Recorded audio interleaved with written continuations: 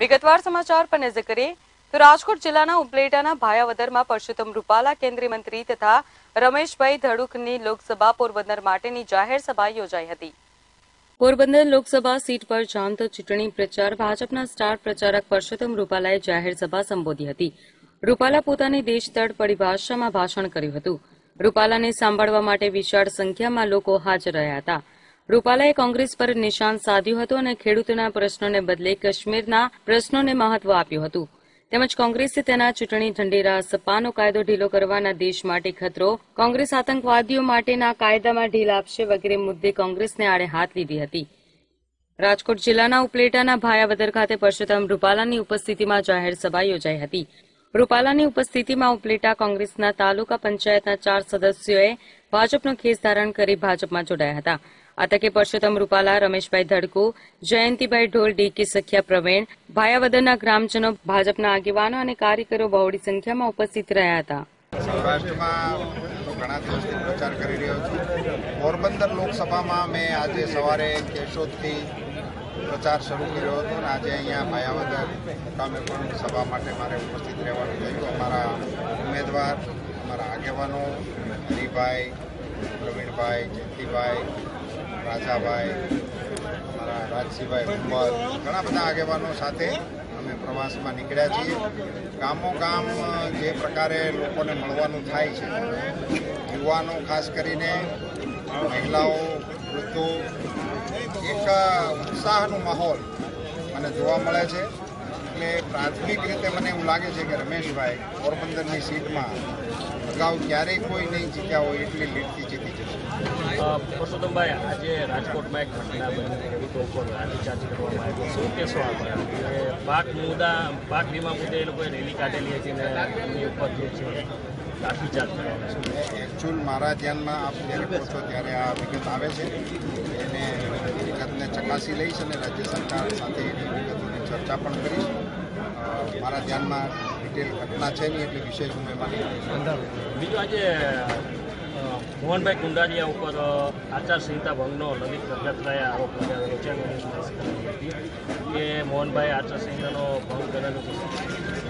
શું મુદ્દો શું હતો? આચારસંહિતા ભંગ તેમણે મેયરના બંગલે મિટિંગો યોજીને ચૂંટણીલક્ષી જે કાર્યવાહી કરેલી, આવા બધા એક મુદ્દા વગરની વાત કહેવાય। કોઈ આચારસંહિતાનો ભંગ એટલે કોઈ સરકારી સાધનનો દુરુપયોગ થતો હોય તો એક વાત જુદી છે। ધારો કે અહીંયા નગરપાલિકાના પ્રમુખ હોય કે અમારા મેયર હોય, હું પ્રવાસે નીકળ્યો છું, મને જમવાનો ટાઈમ હોય, હું એમને ઘરે જમવા જાઉં તો 2-5 લોકો મને મળવાય આવે, એને આચારસંહિતાના મુદ્દા સાથે સાંકળવું ના જોઈએ એવો મારો નમ્ર મત છે।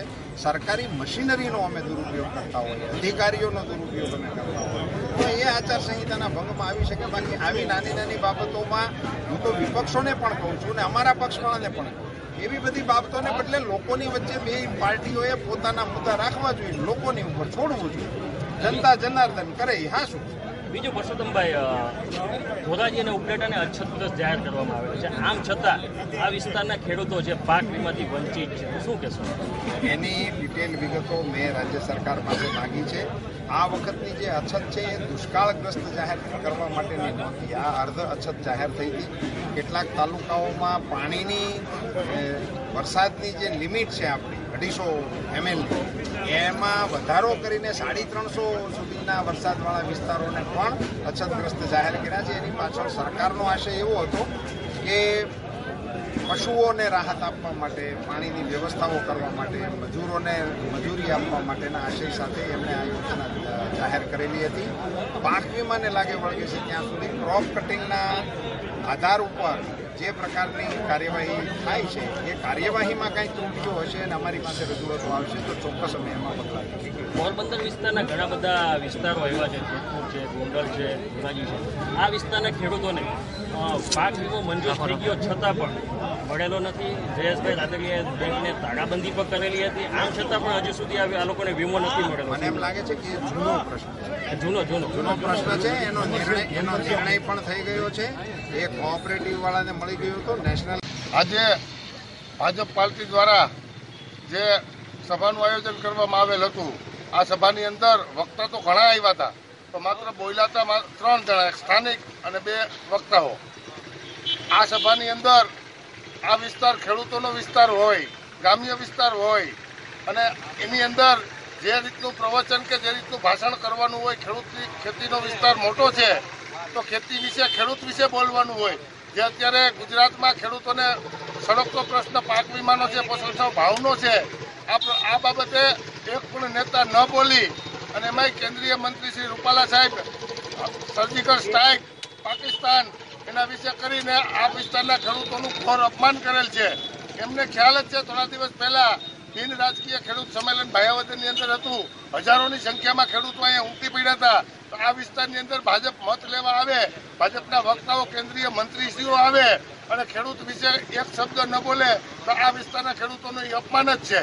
અને સાથે જે આજે દેખાવ પૂરતા જે તાલુકા પંચાયતના અમારા આ ઉપલેટા તાલુકા પંચાયતના વિસ્તારોમાંથી સાવધાન, દંડ, ભેદ અને પૈસાથી ખરીદેલા એવા 2-3 વ્યક્તિઓને ભાજપના ખેસ ફેરવ્યા. તો 18 સભ્યોની તાલુકા પંચાયત છે, તેમાં 17 સભ્યો કોંગ્રેસના હોય. એમાં 3 સભ્યો કદાચ ભાજપમાં જાય તો કોંગ્રેસને કે તાલુકા પંચાયતને ઉપલેટાને કોઈ ઊની આંચ પણ આવતી નથી, એનાથી કોઈ ફેર પડતો નથી. એ તો પબ્લિકને ભાજપની તરફે ભ્રમિત કરવા માટે, મત માટે આવા નાટક કરે છે.